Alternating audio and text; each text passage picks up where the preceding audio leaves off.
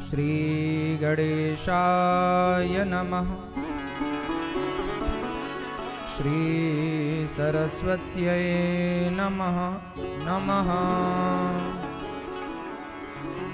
श्रीमते रामानुजाय नमः। श्री राधा कृष्णाभ्यां नमः।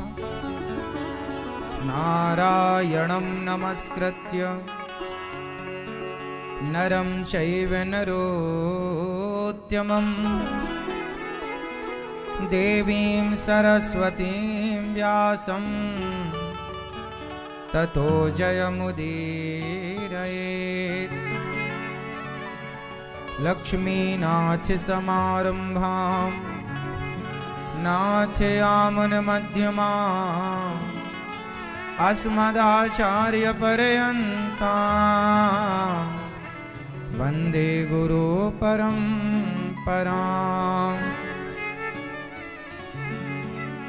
जय जय श्री राधारमण, जय जय नवल किशोर, जय गोपी चित्तचोर प्रभु, जय जय माखन चोर। जय जय माखन चोर, जय जय माखन चोर।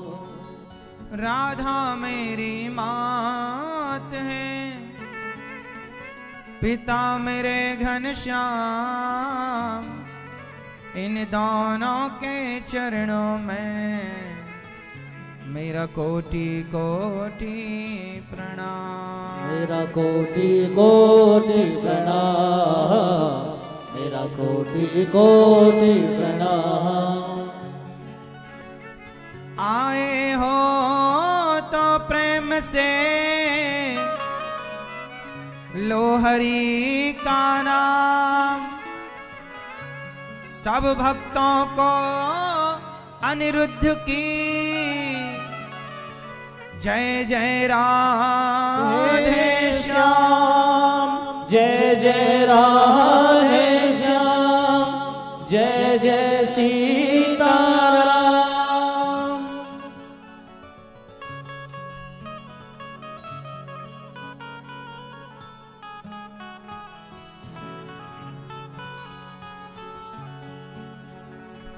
तेरी बिगड़ी बना देगी सोई किस्मत जगा देगी, चरण रज राधा रानी की तेरी बिगड़ी बना देगी, चरण रज राधा रानी की। राधा राधा राधा राधा राधा राधा राधा राधा राधा राधा राधा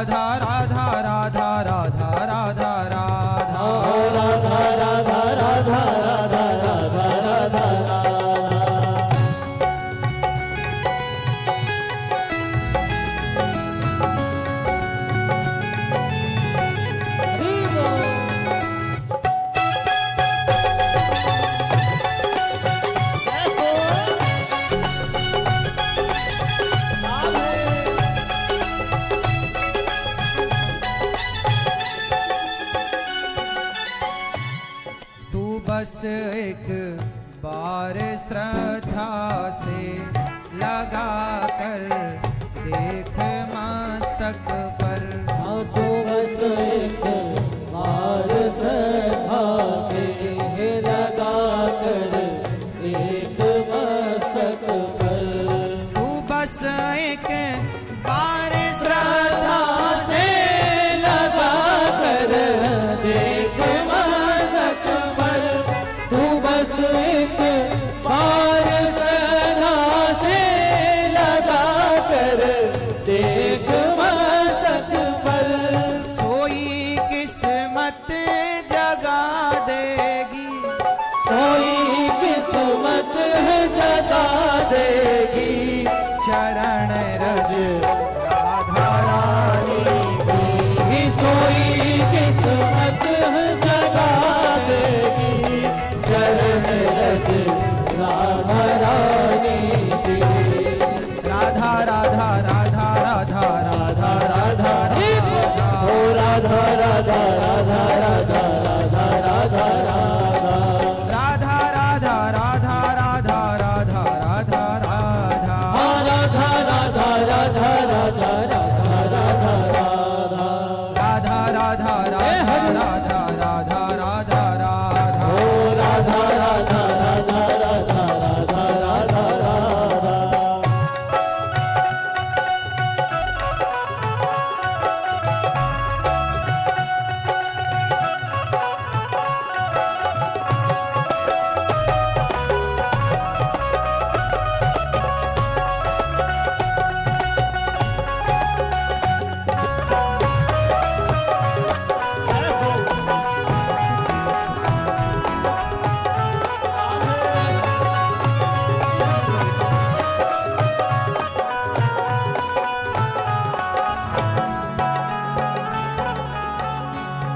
दुखों के घोर बादल हों या लाखों आंधियां आए। हे दुखों के घोर बादल हो या लाखों आंधियां आए।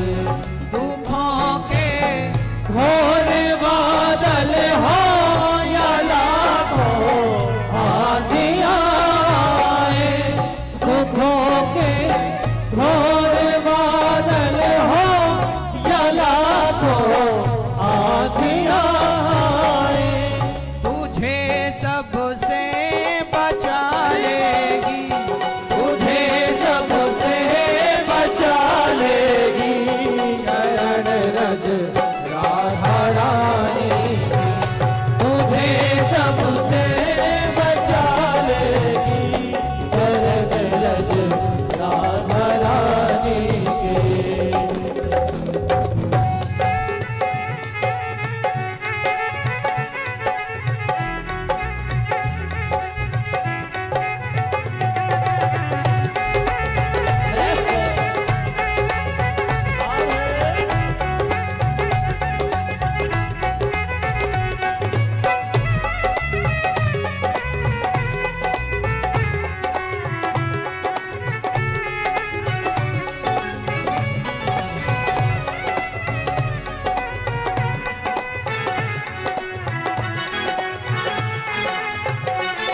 भरोसा है अगर तुझको, भरोसा है अगर तुझको।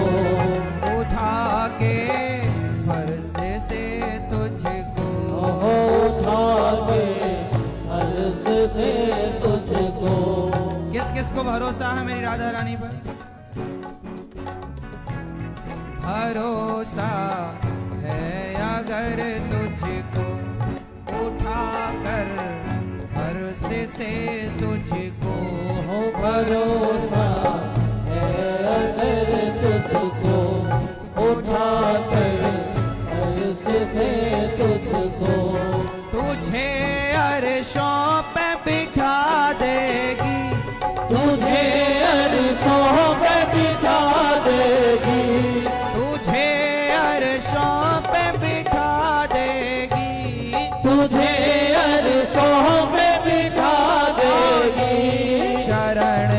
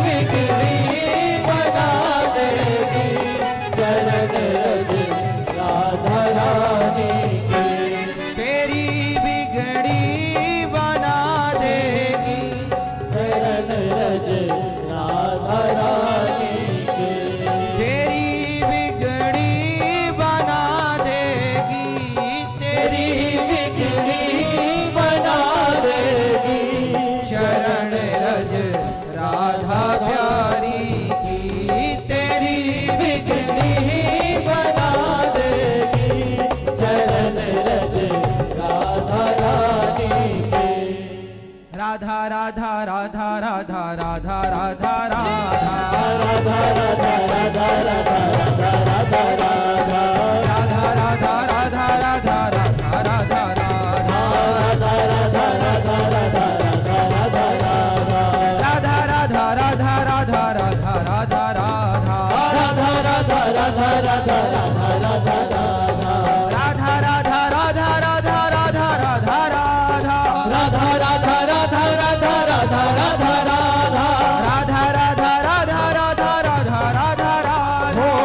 राधा राधा राधा राधा राधा तेरी बिगड़ी बना देगी, तेरी बिगड़ी बना देगी चरण रज राधा रानी की, तेरी बिगड़ी बना देगी चरण रज राधा रानी की, सोई किस्मत जगा देगी चरण रज राधा रानी की, तेरी बिगड़ी बना देगी चरण रज राधा रानी की, चरण रज राधा रानी की, चरण रज राधा रानी की, चरण रज राधा रानी की।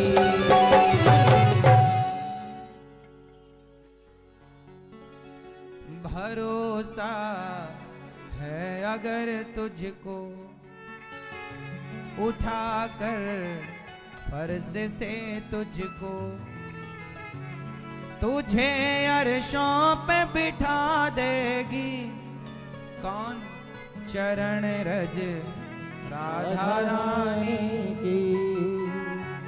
इसलिए भगवान का स्मरण करते रहो, श्री राधा रानी का नाम जपते रहो। कृष्ण कृष्ण राधा राधा राधे कृष्ण राधे कृष्ण जपते रहो। राधे कृष्ण चलता रहे चलता रहे।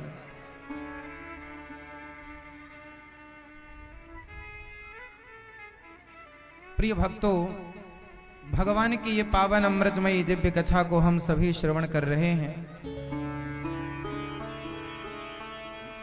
और अपने जीवन को कृतार्थ कर रहे हैं इस पावन सी अमृतमयी कथा को सुनकर। इस कथा में परीक्षित बनके हमारी मैया श्रीमती रेणु बख्शी जी, श्री ऋतु जलानाक्षी कैलाश जलान जी,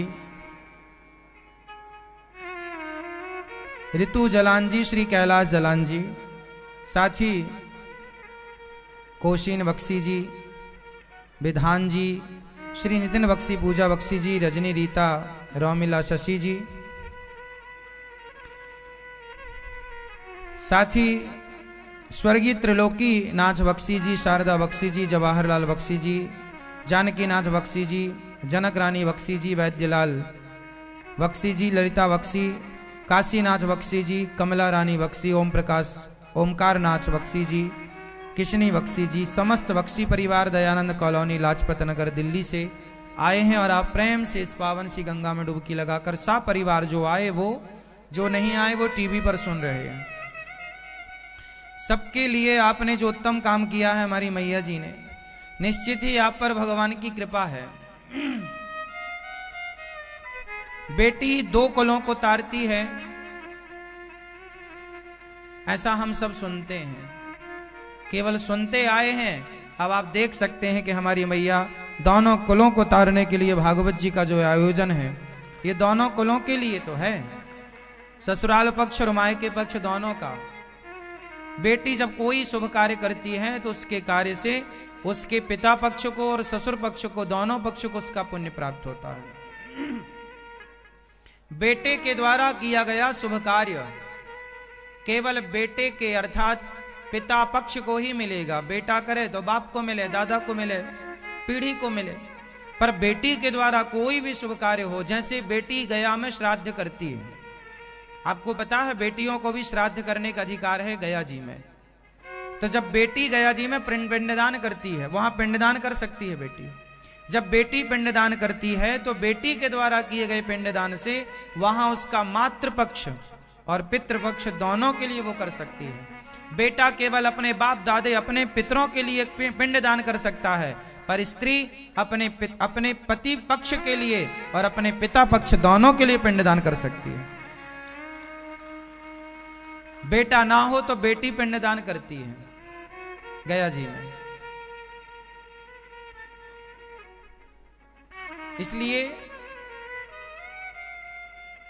इसलिए आपको मैं एक बात और बताऊं, दशरथ जी ने राम के हाथ से पिंडदान नहीं लिया था, सीता मां के हाथ से पिंडदान लिया था गया जी में, पता ना आपको। क्योंकि दशरथ जी ने अपने राम का दान कर दिया था, तो दान दिया गया बेटा अब कैसे पिंडदान करें। तो दशरथ जी ने राम से नहीं लिया, सीता मैया से लिया। और जब सीता मैया ने कहा कि मैंने तो पिंडदान कर दिया, पिंडदान का कार्यक्रम चल ही रहा था कि कोई सामग्री की कमी पड़ गई, तो राम जी वो सामग्री लेने गए, तब तक दशरथ जी प्रकट हो गए और कहा कि आप बेटी पिंडदान दो, पिंड दो। तो बालू का पिंड बना के माता सीता ने दशरथ जी को समर्पित किया। राम जी जब आए बोले चलो पिंडदान करते हैं, माता सीता बोली पिंडदान तो हो गया। तो सीता मैया ने कहा हो गया, राम जी बोले नहीं अभी कैसे होगा। सीता मैया बोली हो गया, राम जी बोले किसने देखा। सीता मैया बोली कि ये जो नदी है इसी ने देखा। नदी से पूछा गया क्यों, तुमने देखा। तो नदी को लगा राम से क्या पंगा लेना, डर के मारे उसने मना कर दिया, मैं तो नहीं देखी। सीता मैया ने श्राप दे दिया, झूठ बोलती हो, जाओ आज से तुम्हारा दर्शन नहीं होगा। तो गया जी की जो नदी है गया में, वो पानी नदी के ऊपर नहीं रहता, नीचे रहता है, दर्शन नहीं होता। गड्ढा खोदने से पानी निकलता है, फिर वहां उसमें पिंडदान होता है। तब से वो सीता मैया के श्राप से नदी ऊपर नहीं दिखती कि अब तुम दिख के क्या करोगी, तुम तो झूठ बोलती हो, अंदर रहो, तुम्हारा दर्शन नहीं होगा। गाय वहां चर रही थी, गाय ने भी देखा था कि दशरथ जी को सीता मैया ने पिंडदान दिया। तो गाय से पूछा क्यों तुमने देखा है। गैया बोली क्यों राम जी से पंगा लेना, डर गई बेचारी। तो गाय ने भी बोल दिया नहीं मैंने नहीं देखा, मैं तो चर रही थी। सीता मैया ने बोला तुम झूठ बोलती हो गौ माता होकर, जाओ तुम्हें श्राप देती हूं, जिस मुख से तुमने झूठ बोला है उसी मुख से तुम मलमूत्र का भक्षण करोगी और तुम्हारा मुख मलमूत्र की ओर बढ़ेगा, तुम्हारा मुख अपवित्र रहेगा। इसलिए गौ माता मलमूत्र खा लेती है, गंदगी खा लेती है कई बार। इसलिए गाय के मुंह की पूजा नहीं होती, गाय के पूंछ की पूजा, गाय के पीछे के हिस्से की पूजा होती है। इसलिए जब गौदान होता है तो पूंछ पकड़ के गौदान होता है, आगे मुंह पर तिलक लगाया जाए, मुंह पर ठीक है उसका माला पहनाया जाए, पर दान जब होगा तो पूंछ पकड़ कर होगा। गाय के पीछे खड़े होकर पूजा होती है। तुम झूठ बोलती हो। तो गाय गंदगी खाने लगी, तो इसलिए गाय को भी श्राप दे दिया माता सीता ने। औरों को भी वहां पे चर्चा है श्राप की। फिर गवाही किसने दी, वहां घास लगी थी, घास जिसे दूर्वा कहते हैं, दूर्वा, दूबा जानते हैं, दूबा, दूर्वा थी। दूर्वा से पूछा क्यों तुमने देखा है। हाँ हमने देखा है। दूर्वा ने सही बोल दिया, हाँ हमने देखा, हमने देखा है कि सीता मैया ने पिंडदान दिया है। दूर्वा को माता सीता ने आशीर्वाद दिया, जा तुझे कोई उखाड़ कर फेंक भी देगा, तू हल्की सूख भी जाएगी, फिर तुझे पानी और माटी मिल जाएगी तो तू फिर जिंदा हो जाएगी। मेरा आशीर्वाद है, तो जल्दी समाप्त नहीं होगी, जा अमर हो जा तू। इसलिए दूर्वा कहीं पानी मिले ना मिले वो हरी भरी रहती है। तुलसी बिरवा खेत की सींचत ही मुरझाए, राम भरोसे जो रहे पर्वत में हरियाए। इसलिए दूर्वा, जो गणेश जी को दूर्वा चढ़ती है ना, वो दूर्वा आपने देखा होगा, कहीं भी उसको कोई पानी खाद की कोई जरूरत नहीं, वो सीता मैया के वरदान से हर जगह हरी भरी होती है। वो यदि उखड़ भी जाए, हल्की सी सूख भी जाए और फिर उसे पानी मिल जाए और फिर जरा सी माटी मिल जाए, फिर हरी हो जाएगी।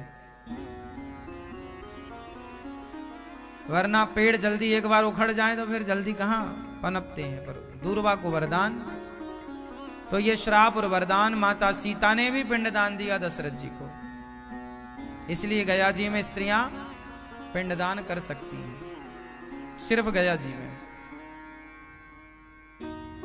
और वो भी अपने दोनों पक्ष के लिए। इसलिए हम सबको ना अपने कर्तव्यों का पालन करना चाहिए। अच्छा, राम जी से दशरथ जी ने पिंडदान क्यों नहीं लिया?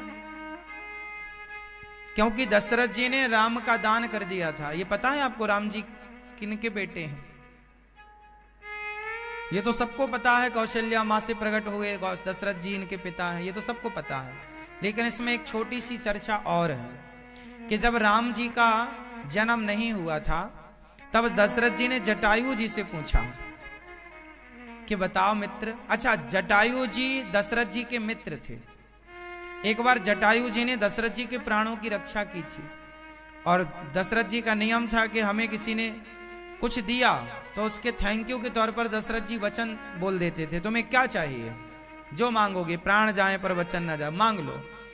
तो एक बार दशरथ जी युद्ध करने गए देवासुर संग्राम में, तो दशरथ जी के रथ पर एक असुर ने बाण मारा तो दशरथ जी गिरने लगे। तो गिरते हुए दशरथ जी को जटायु जी ने आकाश में ही अपने पंखों पर आश्रय दे दिया, और पंखों पर जटायु बहुत बड़े थे। पंखों पर बड़े बड़े पक्षी ना हमें और आपको पंख में पांव में दबा के उड़ जाए, कोई आश्चर्य ना मानना। आज भी जंगली क्षेत्र में ऐसे बड़े बड़े पक्षी होते हैं जो बकरा को दोनों पंजों में दबा के उड़ जाते हैं। तो दशरथ जी को उन्होंने अपने पंखों पर लिटाया और धीरे धीरे उतारा। दशरथ जी ने कहा, मित्र तुमने मेरी रक्षा की, प्राणों की गिरता तो मर जाता, तुम मेरे से कुछ मांग लो। जटायु जी ने कहा, अच्छा तुम देना चाहते हो तो अभी नहीं, जरूरत पड़ने पर मांगूंगा। ठीक है। एक वचन उधार रहा जटायु जी के पास दशरथ जी का। जब राम जी का जन्म हुआ तो जटायु दौड़े दौड़े आए, सुनो मित्र, आपने याद करो हमें कोई वचन दिया था, हम मांग लें? हाँ हाँ मांग लो, प्राण जाए पर वचन न जाए। तो जटायु जी ने कहा कि आपके 4 पुत्र हैं, हमारे कोई पुत्र नहीं है, तो आप अपना बड़ा पुत्र हमें दे दो। तो आप अपना बड़ा पुत्र हमें दे दो, गोद, हम आपके बेटे को गोद लेना चाहते हैं। दशरथ जी तो प्राणों वचनों के पक्के थे। ठीक है, बड़े बेटे को उठाया, अर्थात राम को उठाया और जटायु की गोद में दे दिया। अब जटायु राम जी को लेकर चले। आज से राम जी के पिता कौन हो गए? जटायु। अब जटायु जी चले तो रास्ते में नारद जी मिले। नारद जी बोले, नारायण नारायण। कैसे हो जटायु जी? ठीक है। कहां जा रहे हो? जंगल। नारद जी बोली, आपके हाथ में कौन है? बोले, दशरथ जी का बेटा, उन्होंने हमें दे दिया, अब ये हमारा पुत्र है। नारद जी बोले, सो तो ठीक है, पर ये बताओ कि तुम इसे दूध कहां पिलाओगे? छोटे से बच्चे का लालन पालन किस तरीके से करोगे? जंगल में कहां रखोगे? कैसे? तुम पक्षी हो, उड़ सकते हो, पर ये तो मनुष्य है, मनुष्य रूप में है ना भगवान। विप्र धैनु सुर संत ही तलीन मनुज अवतार। जटायु जी बोले, बात तो सही है, तो क्या करें? बोले, अभी छोटा है, बड़ा हो जाने दो, तब तक यहीं रहने दो, बड़े हो जाए तो आप ले लेना। तो नारद जी के कहने से जटायु जी ने राम जी को लिया तो सही, पर वापस कर दिया। ये बात रामचरितमानस में लिखी है। एक चौपाई के अर्थ में ये सब कहानी घटित होती है। एक चौपाई है, चौपाई कहती है, सर्वस दान दीन सब काहू, जेहि पावा राखा नहीं ताहू। गोस्वामी जी कह रहे हैं कि दशरथ जी ने राम जन्म में सब कुछ दान कर दिया। सब कुछ का मीन्स क्या? राम को ही दान कर दिया। और जेहि पावा, जिसने लिया दान, वो राखा नहीं ताहू, वो रख लेने वाला रख ना पाया तो वापस कर दिया। तो राम जी फिर आ गए, जटायु जी चले गए।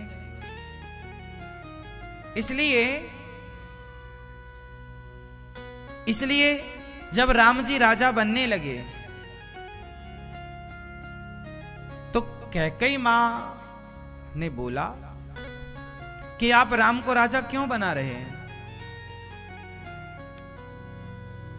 आप तो राम का दान कर चुके हैं और असली राज मुकुट जो अयोध्या का था वो बाली के पास था। दशरथ जी और बाली का एक बार युद्ध हुआ। चुनौती दी बाली ने कि दशरथ जी हमसे युद्ध करो। दशरथ जी ने कहा कि मैं युद्ध करूंगा तो बाली से जीत पाना तो असंभव है। तो दशरथ जी ने अपना मुकुट उतार करके बाली के कदमों में डाल दिया। यदि आप या तो लड़ो, पहले का नियम था, या तो आप युद्ध करो, वरना अपना मुकुट उतारकर सामने वाले के चरणों में रखो तो यह मान लिया जाएगा कि आपने आत्मसमर्पण कर दिया, अब युद्ध करने की जरूरत। तो दशरथ जी ने अपना राज मुकुट उतारकर बाली के कदमों में रखा। यह बात कैकेयी मां को पता थी। तो राम जी जब राजा बनने लगे तो कैकेयी मां ने बोला कि असली राज मुकुट तो बाली के पास है, क्या राम को नकली मुकुट पहनाओगे? नकली पहनाना है तो मेरे भरत को पहनाओ। मेरे राम तुम जाओ और पहले बाली को मारकर अपना असली राज मुकुट लेकर आओ। इसलिए राम जी बाली को मारने के लिए चले। इसलिए आपने सुना होगा कि जब दशरथ जी की मृत्यु हुई, हमारे सनातन धर्म में एक नियम है कि पिता का अंतिम संस्कार बड़ा बेटा करता है। पिता का अंतिम संस्कार बड़ा बेटा करता है। और बड़े थे राम, पर राम जी ने तो किया नहीं। तो किसने किया था दशरथ जी का अंतिम संस्कार? किसने किया? दशरथ जी का अंतिम संस्कार किसने किया था? नहीं पता? नहीं, आप वहां थी ही नहीं इसलिए नहीं पता। भाई आप बताओ, दशरथ जी का अंतिम संस्कार किसने किया था? किसने किया? हाँ, भरत जी ने। दशरथ जी का अंतिम संस्कार किसने किया? भरत जी ने। जबकि नियम क्या है कि बड़ा बेटा करेगा, तो बड़े बेटे तो राम थे, फिर भरत जी ने क्यों किया? क्योंकि राम का बड़े का दान कर चुके थे, तो अब बड़े तो भरत कहलाए, इसलिए भरत जी ने किया। अच्छा, फिर राम ने किनका संस्कार किया? जब जटायु जी की मृत्यु हुई तो राम जी ने जटायु जी का संस्कार किया, क्योंकि जटायु पिता तुल्य हैं। इसलिए जंगल में कितने पशु पक्षी मरे मिले होंगे राम जी को, सबका संस्कार राम जी ने थोड़ी किया। जटायु जी का संस्कार अविरल भगति मांगी वर, गीध गयऊं हरिधाम, तेह की क्रिया यथोचित, निज कर कीन्ही राम। अविरल भगति मांगी वर, गीध गयऊं हरि धाम, तेह की क्रिया यथोचित, निज कर कीन्ही राम। अंतिम संस्कार भगवान राम ने किया जटायु जी का। तो राम का ये जो चरित्र है, बस ये समझाता है कि हमें अपने पुत्र धर्म का पालन करना चाहिए।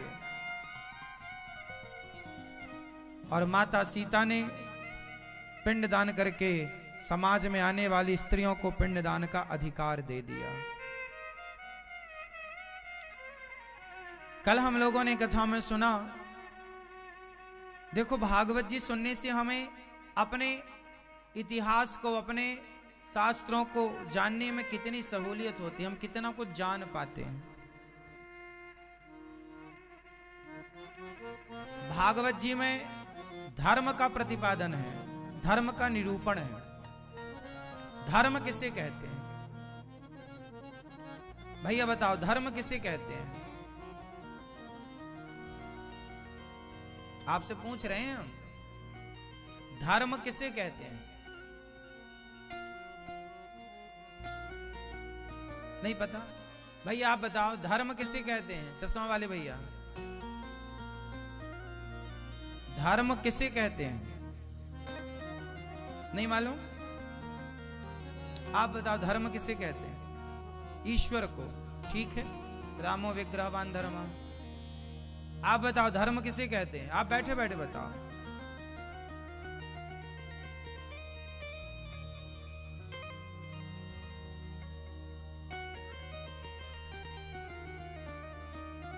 पति को, पुत्र को, परिवार को समय देना, अपनी जिम्मेदारियां पूरी करना, यही धर्म है।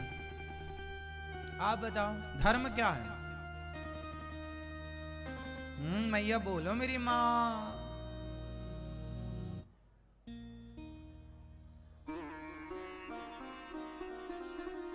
धर्म क्या है? आप बताओ। हाँ, मैया ने ठीक कहा, सेवा। आप बताओ मैया, धर्म क्या है?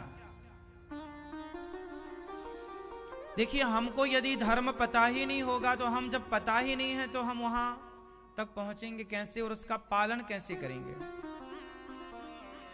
धर्म क्या है समझना चाहेंगे तो सुनो। सत्य ही धर्म है। धर्म क्या है? सत्य बोलना, सत्यम ब्रूयात। सत्य बोलना ही धर्म है। दूसरी परिभाषा, दया धर्म का मूल है। दया ही धर्म है। और तीसरा, परहित सरिस धर्म नहीं भाई, सेवा ही धर्म है। सेवा ही परमो धर्म। तो धर्म क्या है? नारी का धर्म है पति की सेवा करना, पुत्र का धर्म है माँ बाप की सेवा करना, राजा का धर्म है प्रजा की सेवा करना, और प्रजा का धर्म है कि राजा का सहयोग करना, अपने राष्ट्र के लिए तन मन धन से सहयोगी बनना। गुरु का धर्म है ज्ञान देना, शिष्य का धर्म है उस ज्ञान को धारण करना। हर व्यक्ति का हर परिस्थिति के अकॉर्डिंग धर्म की परिभाषा बदल जाती है। धर्म मूल 3 प्रकार की परिभाषा समझो धर्म की। पहला धर्म है धर्म न दूसर सत्य समाना। बताइए सत्य धर्म है या नहीं? अच्छा, अधर्म क्या है? सत्य बोलना क्या है? इसका उल्टा करते चलना, परिभाषा सामने होगी आपके। सत्य बोलना क्या है? जोर से। और असत्य बोलना?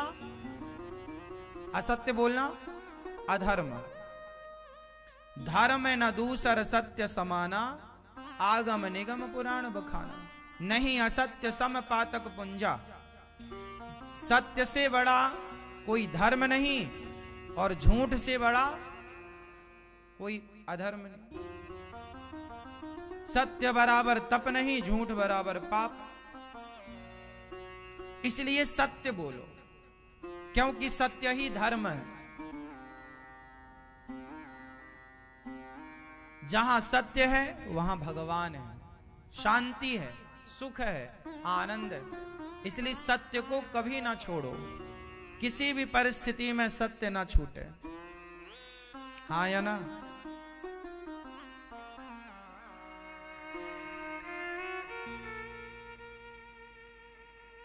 सबसे बड़ी बात है